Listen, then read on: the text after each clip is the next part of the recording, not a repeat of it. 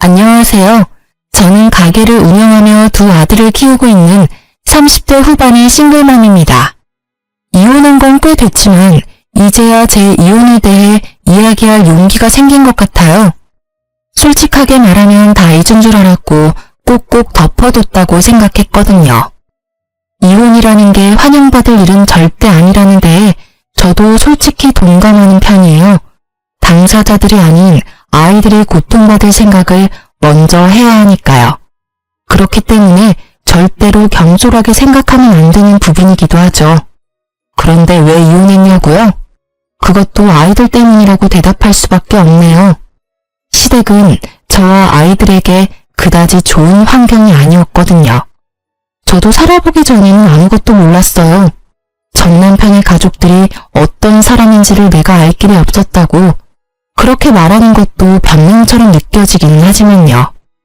지금 이렇게 사연글을 쓰면서도 내가 잘못하지 않은 것이 맞나 그렇게 깊이 생각해 봐야 할 정도죠. 그래도 제가 나쁘지 않은 길로 가고 있다고 말할 수 있는 건 밝게 자라준 두 아들 덕분이기도 해요. 이제 중학생, 초등학생인 두 아들이 잘 자라주어서 저는 이혼을 후회하지 않을 수 있는 것 같아요. 저와 남편은 소개팅으로 만났어요. 조금은 이른 나이에 결혼을 하게 됐고 아이를 낳았죠. 전 어릴 때부터 요리에 관심이 많았어요. 특히 양식을 좋아했는데 아마 동생 때문이었을 거예요. 나이 차가 많이 나는 남동생에게 맛있는 걸 해주고 싶어서 고등학교 들어갈 무렵부터는 제대로 음식을 배워서 요리해주곤 했거든요. 그렇게 대학도 들어가지 않고 고등학교 졸업과 동시에 장사가 잘 되는 큰 규모의 가게에 취직해 일했어요. 그리고 20대 초반에 남편을 만나게 됐고 20대 중반에는 결혼하게 됐어요. 당시 저는 요리사라고 하기도 어려운 말단 직원이었고 경력을 쌓고 말고 할 것도 없이 임신으로 퇴사까지 하게 됐어요. 그래도 그게 싫지는 않았어요. 요리는 언제든 다시 시작해도 된다고 생각했고 무엇보다 아이가 생겼다는 것이 저에게는 큰 기쁨이었거든요. 그런 저의 결혼 생활에 단 하나의 문제가 있었다면 하나부터 열까지 간섭하는 시모 때문이었어요. 당시에도 꽤 큰 규모의 음식점을 운영하는 시모와 시부는 제게 꽤나 스트레스가 되는 존재였어요. 시모는 하나부터 열까지 잔소리를 해대고 시부는 그 잔소리가 들리지도 않는지 말리지도 동조하지도 않고 아예 투명 인간처럼 굴었어요. 보통 며느리사랑은 시아버지라는 말을 하잖아요. 근데 저희 시부는 정반대였어요. 아예 저는 남처럼 대하더라고요. 그래도 그런 시부가 시모보다는 더 괜찮았다고 하면 시모가 얼마나 심각한 간섭을 했는지 감이 대충 오시죠? 저와 시모의 갈등이 시작된 건 아이를 임신했을 때부터였어요. 제가 임신 사실을 알렸을 때부터 시모는 먹는 것, 행동하는 것, 생각하는 것까지 통제하려 했어요. 물론 지금이야 통제라는 단어를 쓰고 있지만 당시에 아무것도 모르던 저는 그게 통제가 아니라 사랑이며 관심이라고 생각했죠. 첫 손주에 대한 사랑이 지극하다고 생각했거든요. 그런데 그 인상이 송두리째 바뀐 일이 벌어졌어요. 바로 출산 당일이었어요. 저는 진통이 오는 상태로 병원에 가 있는 상황이었어요. 남편은 직장에 있어서 오는데 시간이 오래 걸리고 친정 부모님을 부르자니 그날따라 두 분이 모임에 가셨거든요. 결국은 시어머니를 불러 함께 병원에 있었어요. 그런데 진통을 겪는 저에게 시모가 엄한 표정으로 말하더군요. 아가, 너 절대로 제왕절개하면 안 된다. 그거 하면 애가 공부를 못한대. 그러니까 무슨 일이 있어도 자연분만 해. 그 말에 저는 뭣도 모르고 고개만 끄덕였어요. 솔직히 아무것도 모른 채 임신해서 지금처럼 정보가 많지도 않은 시대에 제가 어떻게 했겠어요? 그냥 고개만 끄덕일 수밖에 없었죠. 그리고 그 정신없는데 한 가지를 더 말하더군요. 그리고 애 낳으면 절대 조리원 가지 말고 시댁 오거라. 조리원 가면 애 제대로 안아보지도 못하고 애 정서상 안 좋아. 그 말에 저는 또 고개를 끄덕였죠. 안 간다고 말할 수 있는 정신이 없었어요. 고통이 몰아쳤다가 잠시 조용해졌다가 다시 몰아치는데 진짜 생각을 할 수가 없었거든요. 그렇게 10시간을 넘게 진통했는데 결국은 애가 나오지 않자 의료진은 급박하게 말하더라고요. 이대로는 애도 산모도 위험하다. 긴급하게 제왕절개를 해야겠다고요. 그 대사를 제가 들을 줄은 몰랐지만 너무 아파서 알겠다고 대답했어요. 그렇게 애가 나왔는데 밖에는 시모가 없고 남편이 기다리고 있더군요. 병실에 들어가 있는데 좀 지나서 시모가 병실 문을 벌컥 열고는 화난 얼굴로 들어오더군요. 내가 제왕절개 절대로 하지 말라고 한 말 못 들었니? 우리 손주 머리 나빠지면 네가 책임질 거야?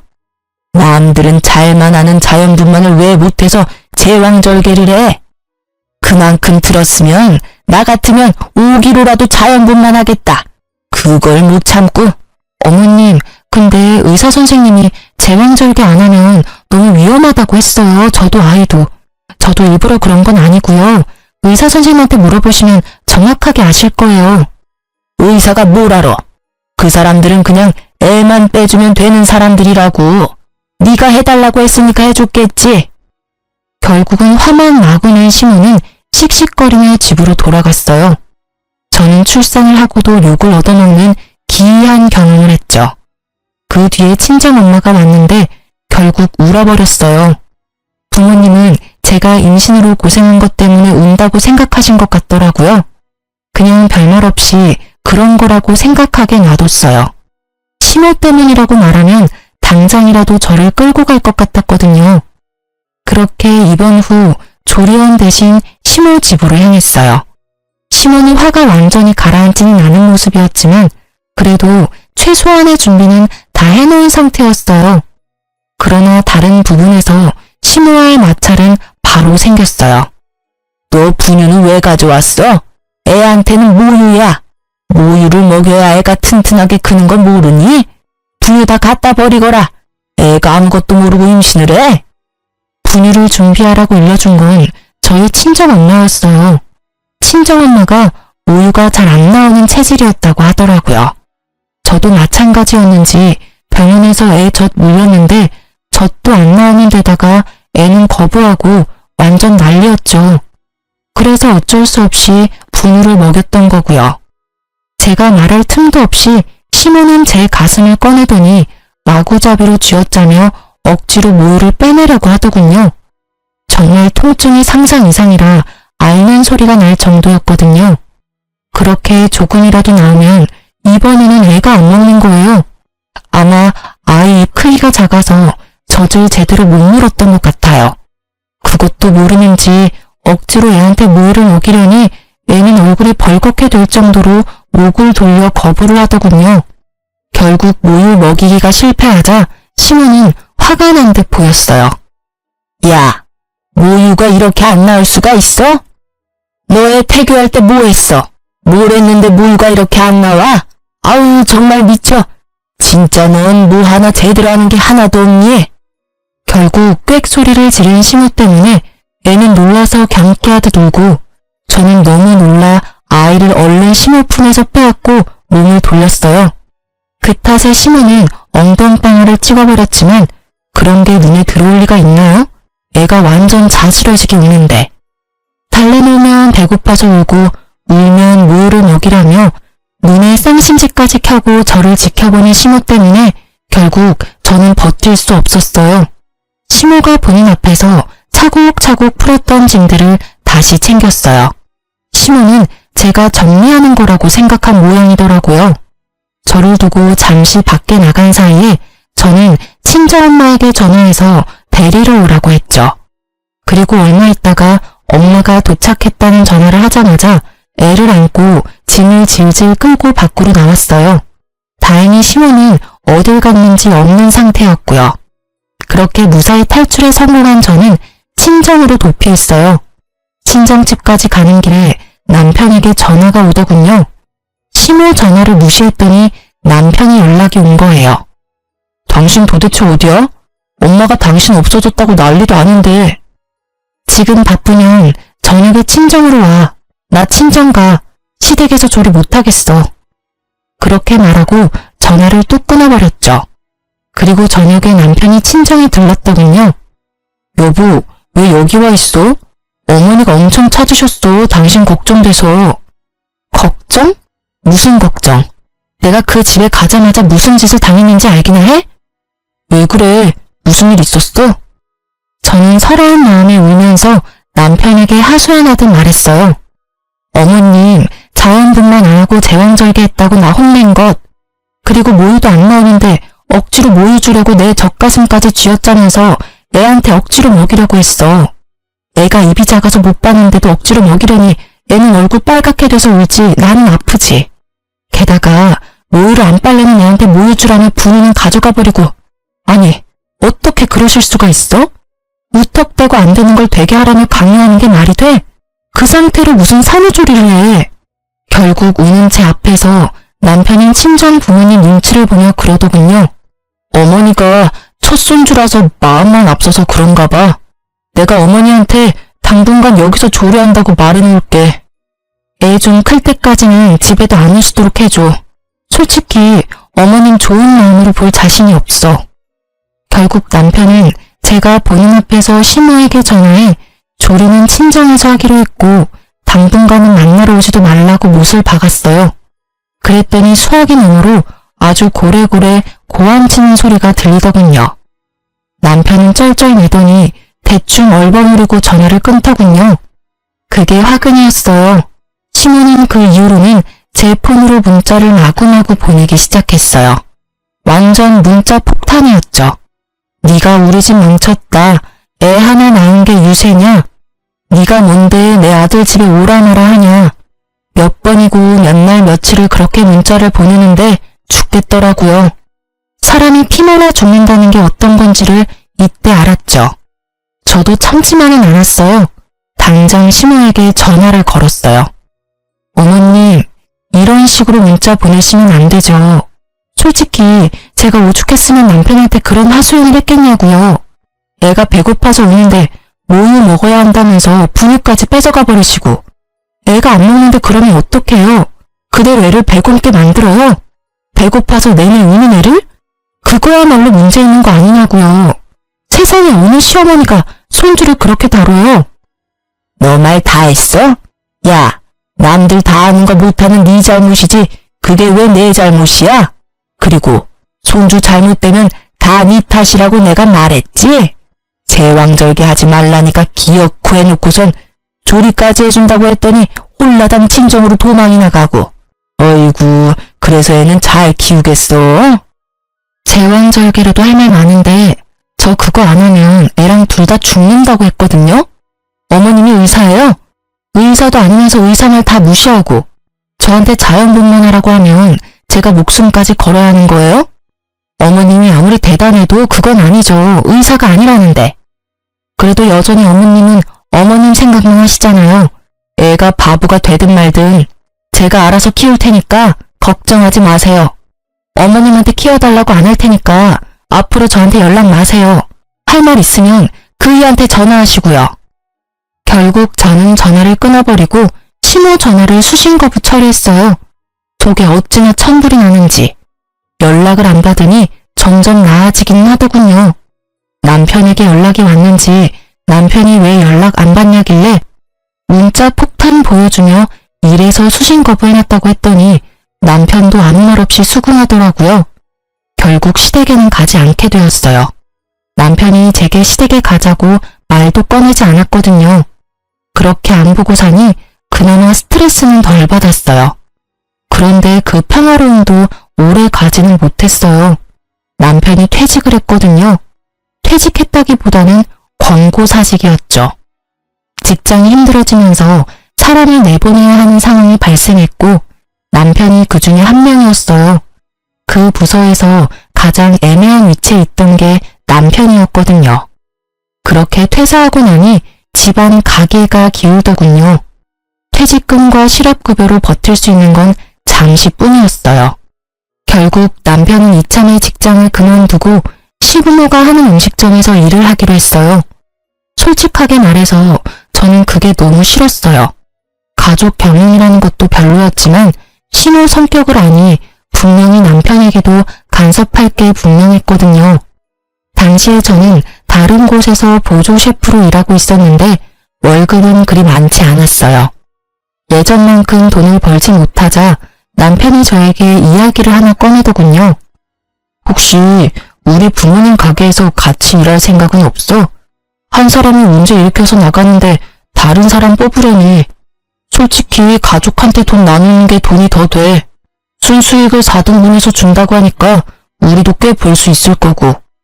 가게 규모가 꽤 크니까 금방 쉬느라 까먹은 돈들 다 메울 수 있겠지. 당신이 양식이 전공이라는 건 알지만 배우면 잘할 수 있을 거고. 엄마한테는 내가 잘 말해놨어.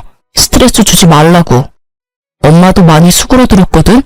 아마 예전처럼 그렇게 굴지는 않을 거야. 손주도 보고 싶어 하시고. 애가 당시에 4살이었는데 남편이 시부모에게 애의 사진이나 동영상을 자주 보여줬대요. 또래보다 뭐든 빨랐던 아이인데다 똑똑했거든요. 시모는 제왕절개에서 애가 바보가 될 거라며 비아냥거렸지만 제왕절개를 해도 애는 잘만 나온걸요. 동영상으로 손주를 보니 직접 보고 싶은 마음이 컸나 봐요. 저에게 스트레스를 주지 않는다는 조건으로 제게 일하자고 하는 거였어요. 저는 고민했어요. 물론 마음이야 절대 가고 싶진 않았죠. 하지만 아무래도 집안 경제가 무너지는 건 더 큰일이긴 했거든요. 애가 크면서 돈 될 곳은 더 많은데 이렇게 까먹기만 하면 돈도 모으지도 못하고 은행에 노예만 될까 걱정되기도 했고요. 결국은 시댁 가게에서 일하기로 결정했어요. 그렇게 간 첫날은 그렇게 어색했는데 시모도 남편과 약속한 게 있어서 그런지 별로 나쁘게 대하지는 않더군요. 가게는 크고 넓었지만 위생 상태는 정말 엉망이었어요. 처음에는 제가 혼자 치웠는데 치워도 늘어만 가는 때와 얼룩에 정말 포기하고 싶은 마음밖에 없었어요. 게다가 다른 사람들은 그 상태를 당연하게 생각하더군요. 음식점 하면서 깨끗하게 어떻게 유지하냐고요. 돈 못 버는 음식점이나 그런 곳에 신경 쓴다며 어이없는 소리만 하시더라고요. 그렇게 몇 개월 일하는데 하루는 속이 너무 안 좋았어요. 울렁거리고 답답하게 체한 것 같았는데 그 순간 제가 생리할 기간이 지났다는 생각이 든 거예요. 혹시나 싶어 확인했더니 정확한 2줄이 나오더군요. 저는 너무 기뻤어요. 둘째는 사랑이라고 친구들에게 들었고 첫째가 크니까 둘째 보고 싶은 마음도 있었거든요. 너무 즐거운 마음에 남편에게 그날 저녁 바로 확인시켜줬어요. 남편이 어찌나 좋아하던지. 남편은 시모에게 이야기하면 좋아하실 거라고 내일 당장 말하자고 하더군요.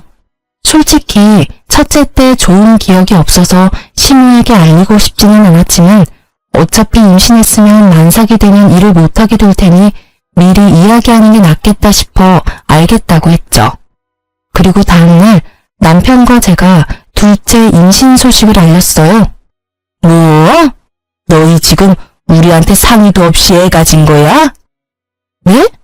저희가 상의해야 했나요? 저희는 그냥 어리둥절할 뿐이었어요. 시모는 완전 칠색팔색을 하며 소리를 질렀어요. 너희는 무슨 애들이 생각이 없어? 같이 일하고 있는데 네가 임신했다고 빠지면 일은 누가 해? 그러면 당분간 저를 대신할 사람을 뽑으면 되는 거 아닌가요? 저는 시모가 왜 화내는지를 모르겠더라고요. 제가 없으면 다른 사람을 뽑아 일을 시키면 되는데 왜 저한테 화를 내는지 이유를 전혀 모르겠더라고요. 외부 사람 들이는 거 나는 싫다고 했잖니. 게다가 원하는 것만 많고 일은 안 하려고 하고 쓸데없는 짓이나 하고. 나는 그런 거 싫어. 이제야 오붓하게 우리 가족끼리 일 좀 하겠다 싶었는데 이게 뭐니? 너 임신했다고 몸 아껴가며 일할 생각하지 마. 어차피 원치도 않는 둘째 임신했는데 너한테 거기까지 신경 쓸 겨를 없어. 악담도 이런 악담이 없었죠. 정말 어이없는 표정으로 저는 남편과 시부를 바라봤어요. 누구 하나는 나를 도와주겠지, 나에게 동조해주겠지 싶었는데 두 사람 다 제 눈을 피하더군요. 그때 알았어요. 이 집안은 시모가 왕이고 나머지 남자들은 허수아비였구나 하고. 그렇게 저는 그 고된 시집살이를 시작했어요. 그것도 시부모가 운영하는 음식점에서요. 임신했다고 봐주지 않겠다는 시모말은 거짓말이었어요. 봐주지 않는다는 게 아니라 괴롭히겠다는 말이었거든요. 일부러 온수 없이 찬물에 설거지하게 만들거나 무겁고 뜨거운 솥을 옮기게 했어요. 그것뿐이면 말을 안 해요. 임신하면 여자분들은 다들 아시겠지만 엄청 졸리잖아요. 아침, 점심 가리지 않고 졸린데 시모는 잠시도 엉덩이를 의자에 붙이지도 못하게 감시했어요. 제가 벽에 기대서 잠시라도 눈을 감고 있으면 바로 와서 저에게 호통을 치기 일쑤였죠. 딱 한 달 참았어요. 그 모진 행동들을. 그런데 하루는 그런 생각이 들더군요. 이걸 만삭 때까지 견디면 애가 제대로 나올까 싶은 생각요. 엄마의 스트레스를 뱃속에서 겪을 아이가 심리적 문제 없이 잘 나올까 싶은 생각이 들었죠. 태교라고는 하나도 없는 그런 곳에서 저녁까지 뺑뺑이 돌리듯 일해야 하는 게 제정신에 멀쩡하고 몸 건강한 사람도 힘든데 저라고 버텨낼 재간이 있을 리 없죠. 결국 저는 결단을 내렸어요. 이번에도 제 결정은 친정으로의 도피였어요. 이렇게 보면 제가 정말 도망을 잘 가는 것처럼 보이는데 제가 그렇게 연약한 사람은 아니에요. 요식업계가 얼마나 상하관계가 철저한지 아시는 분은 아실 거예요. 주방이라는 곳은 언제나 호통이 날아오고 살을 한 판을 걷듯 조심해야 안전한 곳이거든요. 저도 당연히 그런 힘든 시간을 버티고 보조 셰프로 일을 했었죠. 그런데 이건 결이 아예 다르잖아요. 안전과 위생, 배움을 위해 스스로 그 힘듦을 이겨내는 것과 그저 나를 괴롭히려는 행위를 감내해야 하는 것은 전혀 다른 문제였으니까요. 결국은 그렇게 첫째 아이와 함께 짐을 다 챙겨들고 친정집으로 도피했어요. 가게 CCTV 영상 복사해서요. 그리고 그날 또 남편이 찾아왔죠. 그러나 첫 번째 도피 때와는 전혀 다른 남편이 있었어요. 당신 왜 또 처가로 도망가? 일을 하다가 내팽개치면 어떡해? 그렇게 생각 없고 책임감 없는 사람이었어? 당신 없으면 그 빈자리는 누가 채워? 사람이라도 구해놓고 나와야 할 것 아니야. 책임감? 당신은 내가 당한 걸 두 눈으로 보고 두 귀로 들으면서도 그런 말을 나한테 할 수 있어? 정말 어이없다. 가재는 개편이고 집신도 짝이 있다더니만 그래, 너도 나 괴롭히는 그 가족들이랑 한패다 이거지? 무슨 말을 그딴 식으로 해. 우리가 뭘 어떻게 했는데. 매번 괴롭힌다 하는데 그게 어떻게 괴롭힌 거야. 일이 바쁘면 그럴 수밖에 없지. 말은 잘해. 그럼 잠시도 앉지도 못하게 하는 게 그게 괴롭힌 게 아니야? 임산부한테 그 큰 솥을 들게 시킨 것도? 출퇴근 시간 일부러 느린 것도? 임신했다고 특별하게 대해달라고 했어? 나 그런 적 없어. 솔직히 말하면 지금처럼 일했으면 그냥 일하고 만삭돼서 출산하러 갔겠지. 근데 이거 지금 정상적인 게 맞아? 내가 하던 일보다 몇 배는 더 많아졌고 힘든데 그걸 보면서도 아무 말 안 한 거 너도 똑같다는 거야. 왜? 둘째 생긴 게 왜 싫은데? 당신은 좋아했잖아. 근데 어머님이 그렇게 행동한다고 당신까지 거기 동조해? 나쁜 새끼. 너는 내 아빠도 아니야. 너는 우리 둘째 얼굴 볼 자격도 없는 놈이라고. 알아? 이혼해. 이혼하자고. 결국 터져버린 제가 소리를 지르며 난리를 치자 친정 부모님들이 불이 나게 달려와 저를 달랬어요. 이서방, 애 몸도 안 좋은데 다음에 와서 이야기하게. 이러다 애 잡겠어. 자네는 나 좀 보지. 결국은 두 분 부모님들이 그러고서야 남편이 헛소리를 멈추고는 죄송한 표정으로 밖으로 나가더군요. 이혼 이야기는 깊게 받아들이지 말게. 애가 지금 스트레스가 많아서 그런 걸 거야. 곧 좋아지겠지. 아니, 아빠, 나 저 사람이랑 이혼할 거야. 그 집안 사람들 꼴도 보기 싫어. 임신한 나를 죄인처럼 굴리는데 내가 왜 그 집에 내 발로 들어가? 난 절대 그렇게 못해. 아니, 안 할 거야. 당신도 잘 알아도 내일 이혼 서류 보낼 거야. 결국 악에 박쳐 소리 지르는 저를 두고 남편은 집으로 돌아갔어요. 애가 자고 있었으니 만정이지 깨어 있었으면 애한테도 크게 문제가 생길 뻔했죠. 친정 부모님들은 아무것도 모르고 왜 그렇게 떼를 쓰냐고 저를 설득하려 들었죠. 그래서 제가 당했던 일을 말해줬더니 아버지는 얼굴이 굳어지고 엄마는 화를 내고 여튼 그걸 알고부터는 이혼하는 저를 이해해 주기로 하셨어요. 이혼 서류를 남편에게 보내고 나니 마음이 좀 편해졌어요. 이상하죠? 긴장감으로 가슴이 두근거리는데 묘하게 이제 다 끝났다 싶은 생각으로 너무 후련했어요. 그런데 그날 저녁 남편이 저를 집으로 부르더군요. 할 말이 있다고 말이죠. 저는 애를 두고 같이 살던 집으로 향했어요. 그런데 집에 도착하니 배신감이 짜르르 들더라고요. 거기에는 남편뿐만 아니라 시모까지 같이 있었거든요. 우리끼리 이야기해서 끝낼 문제가 아닌 것 같아서 어머니도 불렀어. 무슨 이야기를 더 해야 끝나? 서류 정리되면 끝나는 거지. 나는 할 말 없고 더 이상 이야기도 하고 싶지도 않아. 왜 할 이야기가 없니? 너 이렇게 살다 헤어지면서 또 위자료다 뭐다 우리한테 요구할 거 뻔하잖아. 그리고 둘째는 모르겠고 첫째는 우리가 데려와야지. 애가 네 소유라고 생각하는 건 아니지? 걔 우리 집안 피를 이었어. 너한테 뺏길 이유가 어디 있니? 어머님, 말이 되는 소리를 하세요. 왜 애를 어머님이 데려가요? 제가 왜 이혼하자고 하는지 모르시나 보네요. 정확하게 말씀드릴게요. 저 남편 때문에 헤어지는 거 아니에요. 어머님 때문에 이혼하자고 한 거지. 너 이 사이가 좋으면 이혼을 왜 해? 나 때문에? 내가 뭘 어쨌는데?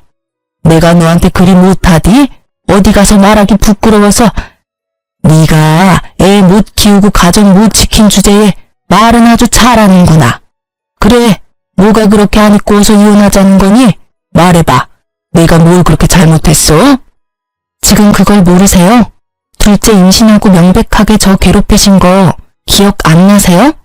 어머님이 직접 말씀하셨잖아요. 임신했다고 편하게 일할 생각하지 말라고. 저 애초에 편하게 일할 생각도 없었어요. 그런데 그런 저한테 일부러 고된 일 시킨 건 기억 안 나세요?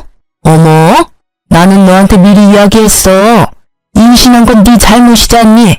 그러게 우리한테 이야기라도 하고 임신 준비를 하지 그랬니? 그랬으면 네가 그럴 일도 없었잖아.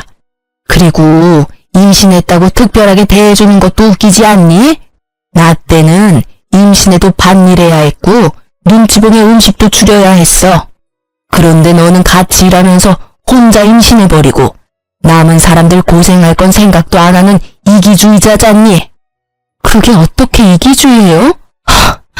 말이 정말 안 통하네요. 이러니까 제가 이혼 이야기 꺼낸 거예요. 이러니까. 누가 특별하게 대해달라고 했어요? 최소한 태어날 아이가 이 집안에서 축복은 받아야 하잖아요. 그런데 애가 졌다고 도리어 더 괴롭히시다니 누가 봐도 문제 있는 건 어머님이시라고요.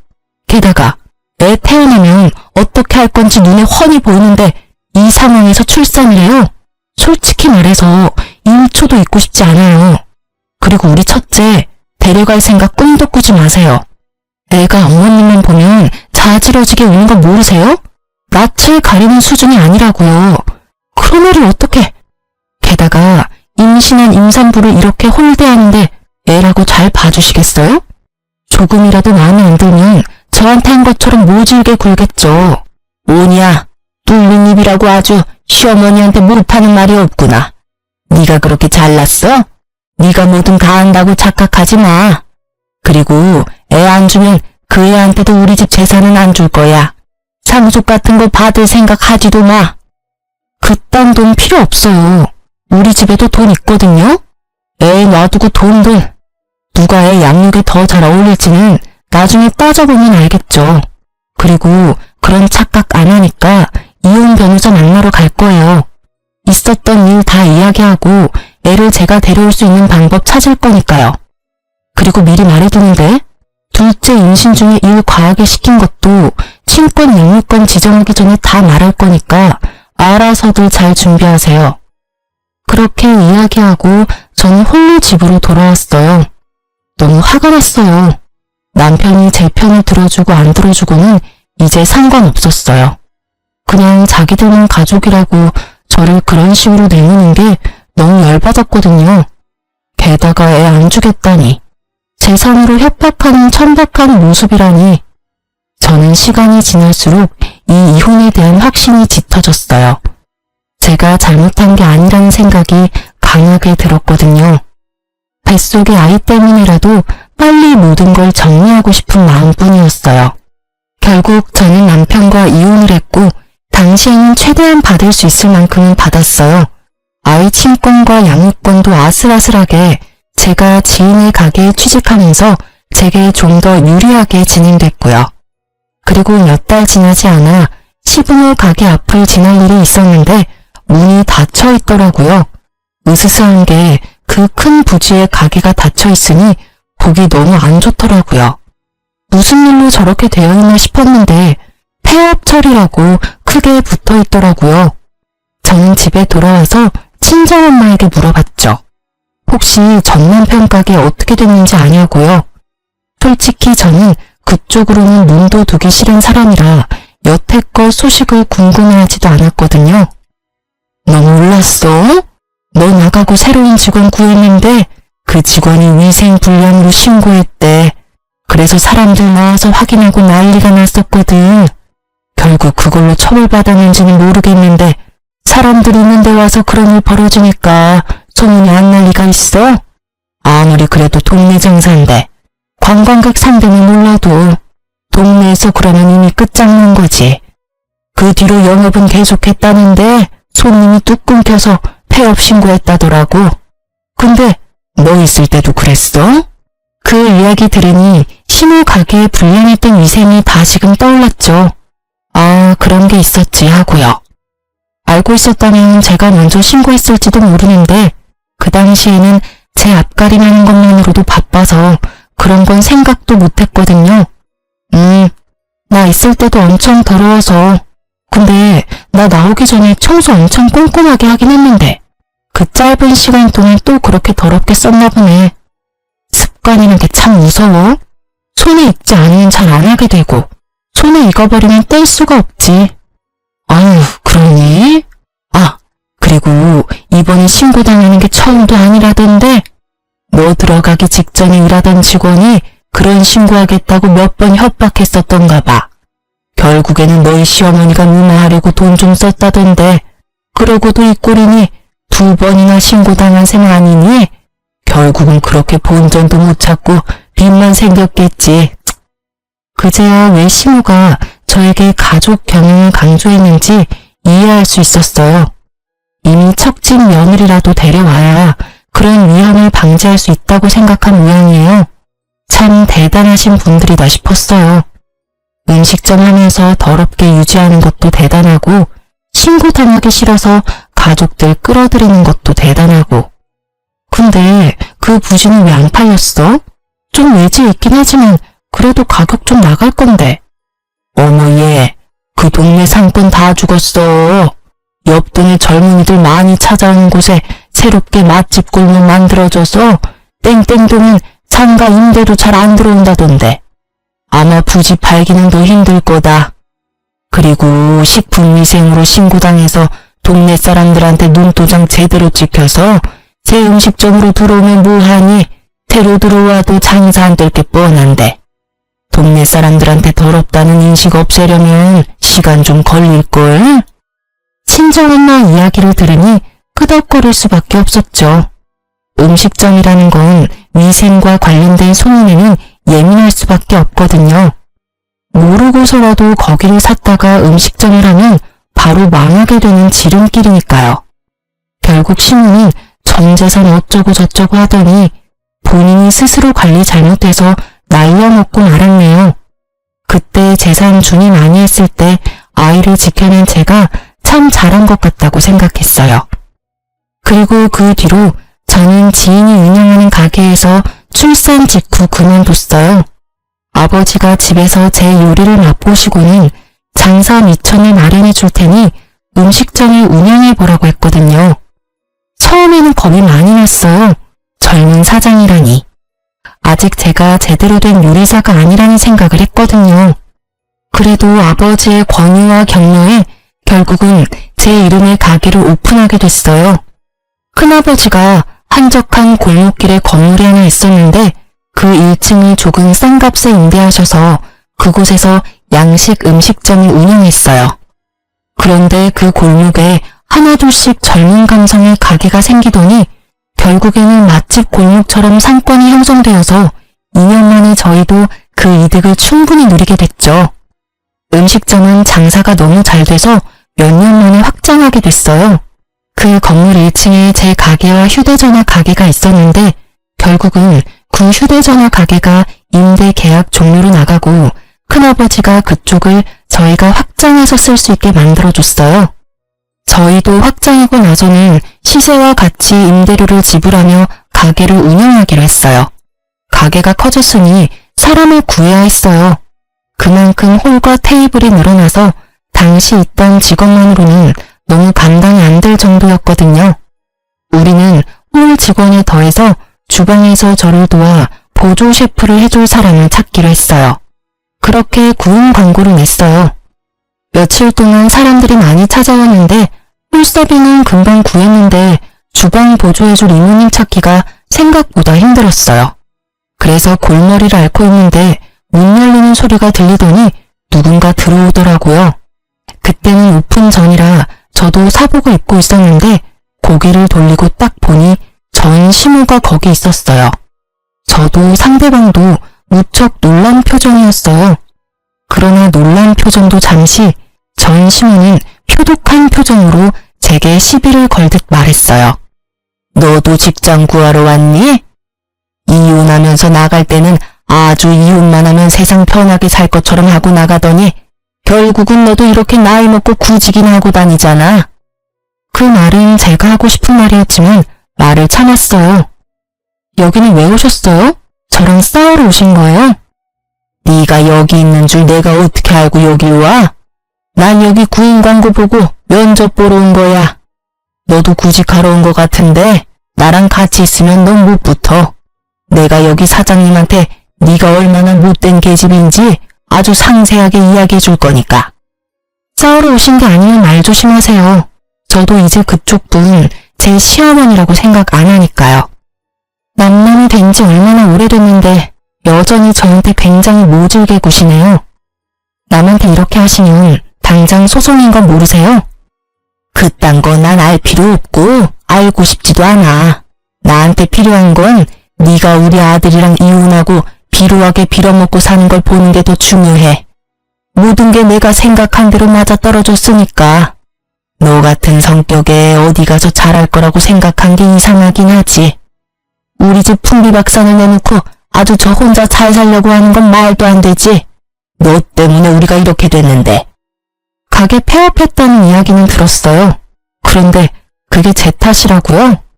저는 분명히 저 나가고 새로 들어온 직원이 신고했다고 들었는데요. 그게 네 탓이지. 네가 애를 가지지만 않았어도 우리가 그런 또라이 같은 새 직원을 뽑을 일이 있었겠니? 쓸모도 없는 거 걷어서 일하게 해주려고 했더니 금세 도망가서 결국 사람 구하게 만들고 결국 신고당해서 폐업하고 우리 아들도. 아들 이야기를 꺼내려던 시모가 잠시 멈칫하더니 무척 화난 얼굴로 칵 퇴하며 제 앞에서 침을 뱉더군요. 정말 모욕적이고 빡친 상황에서 저도 참을 수 없었어요. 이 아줌마가 미쳤어? 여기가 어디라고 침을 뱉어? 그게 내 탓이라고? 위생신경 쓰라고 말한 거 무시하는 것도 아줌마고 열심히 쓸고 닦는 나 무시하면서 생색낸다며 비아냥거린 것도 아줌마인데 왜 나한테 뒤집어 씌우는 거야? 나한테 침 뱉은 거 나 그냥은 안 넘어가요. 신고하고 소송할 거니까. 네가 그런다고 내가 무서워할 줄 알았니? 오냐 해봐라. 누가 이기는지 보자.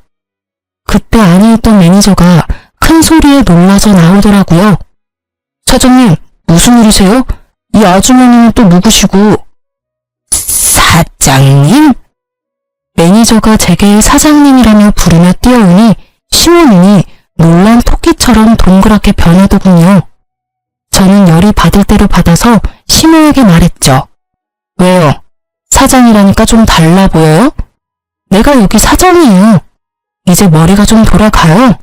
지금 남의 영업장에서 사장 모욕하고 침도 뱉으시고, 구직 활동하러 오셨다고 했죠? 이력서 주세요. 그런데 제 밑에서 일이나 하실 수 있으려나요? 저한테 깍듯하게 사장님 소리하면서 높임말 써야 하는데 그 말에 자존심이 상했는지 얼굴이 시뻘겋게 변하더군요. 비루하게 뭐요? 내가 그 말 똑같이 되돌려드리죠. 나이 먹고 어린이한테 침 뱉고 막말한 거, 비루하게 사는 거 보고 싶었다고 한 거 다 돌려드릴게요. 아줌마야말로 비루하게 살고 있으면서 그렇게까지 저를 까내리고 싶었어요? 근데 어째요? 제가 사장인데. 저한테 경호 쓰고 제 말 따를 생각이라면 취업시켜 드릴게요. 어떻게 하실래요? 결국 제 말에 전 신우는 욕설을 거하게 내뱉고는 문을 강하게 박차고는 나가버리더군요. 매니저는 이 상황에 그저 놀라서 멍했고 저는 그런 매니저에게 소금 좀 뿌리라고 했어요.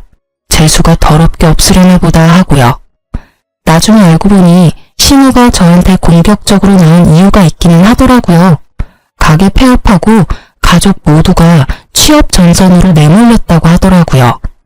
동네에서 들리는 소문에 의하면 그 음식점 부지에 대출이 많이 껴있었더라고요. 평생을 장사라고 생각했는지 돈이 필요할 때마다 건물에 저당 잡고 써버릇했는데 막상 음식점이 망하니 달달이 내야 되는 이자도 내기 힘든 실정인 것 같더라고요. 전 남편은 전공을 살려보려 했지만 능력이 없는지 취직 다 실패하고 공사장에서 일용직 일하다가 허리 다쳐서 병원 신세를 지고 있다더군요. 그리고 시부는 배달일 하면 돈 버는데 체력이 없으니 많이 벌지도 못하고 병원비는 더 든다고 하고요. 그리고 시부는 제가 본 그대로였죠. 받아주는 곳 없어서 이곳저곳 떠돌아다니며 일하다가 같이 일하는 동료랑 싸워서 퇴사하고 뭐 그런 상황이었더라고요. 솔직히 남의 불행에 즐거워하지는 못하겠는데 이상하게 이해는 되더라고요. 그 사람들이 그렇게 될 거라는 예상을 한 건 아니었지만 좋은 결말을 가지지는 못할 거라는 생각은 했죠. 저에게 한 행동을 보면 다른 사람과도 크게 잘 지낼 거라는 상상은 되지 않으니까요. 전 신우를 만난 건 그때가 마지막이었고 지금은 어디서 뭘 하는지 알지 못해요. 무소식이 희소식이라고 연락 없는 지금을 그냥 즐기면서 살아요. 여자 혼자님으로 애 둘 키우면서 그래도 좀 더 잘 살 수 있었던 건 부모님 도움이 없었으면 절대 안 될 일이었어요. 그래서 저는 이혼을 하고 나면 주변 사람들의 호의를 동정이라 생각 말고 주는 건 다 받아야 한다고 생각해요. 그랬기 때문에 지금의 제가 있는 거니까요. 제가 자존심을 세우고자 또는 떨어진 자존감에 안 될 거라고 생각하며 아예 시도를 포기했다면 이런 결과는 얻지 못했을 수도 있죠. 그리고 그때 제 선택을 후회 없게 만들어준 두 아들의 존재가 제게는 여전히 소중해요. 혼자 되고 경영인이 되고 나서는 주변 사람들이 소개를 해주기도 했어요. 그렇지만 다 거절했어요. 솔직하게 말하면 이혼하고 나서 음식점을 운영하는 것보다 재혼을 했다면 더 편하게는 살 수 있었을지도 모르죠. 그렇지만 그렇게 했다면 두 아들이 지금처럼 밝고 건강하게 자라지는 못했을지도 모른다는 생각을 해요. 앞날은 아무도 알 수 없는 거긴 하지만 그래도 제가 다른 데 눈 돌리지 않고 아이들을 위해 애써온 것만은 정말이거든요. 음식점을 운영하면서 초반에는 힘들기도 했고 여러 가지 문제도 많았어요. 이혼하면 다 해결되는 게 아니라 더 많은 문제가 산적해 있을 테지만 내가 인간 취급받지 못한다는 거, 내 아이가 받을 취급을 생각하면 이혼이 더 나은 선택이었다고 말할 수 있겠네요. 글을 쓰면서 제 인생을 정리해보니 시작되는 모호했던 마음들이 지금은 정말 한 점의 후회도 없어진 듯해요. 글을 쓴 보람이 있는 하루였네요. 그리고 저의 긴 글 시간 들여 읽고 들어주신 분들에게 감사한 마음을 전합니다. 다들 오늘도 좋은 하루 되세요.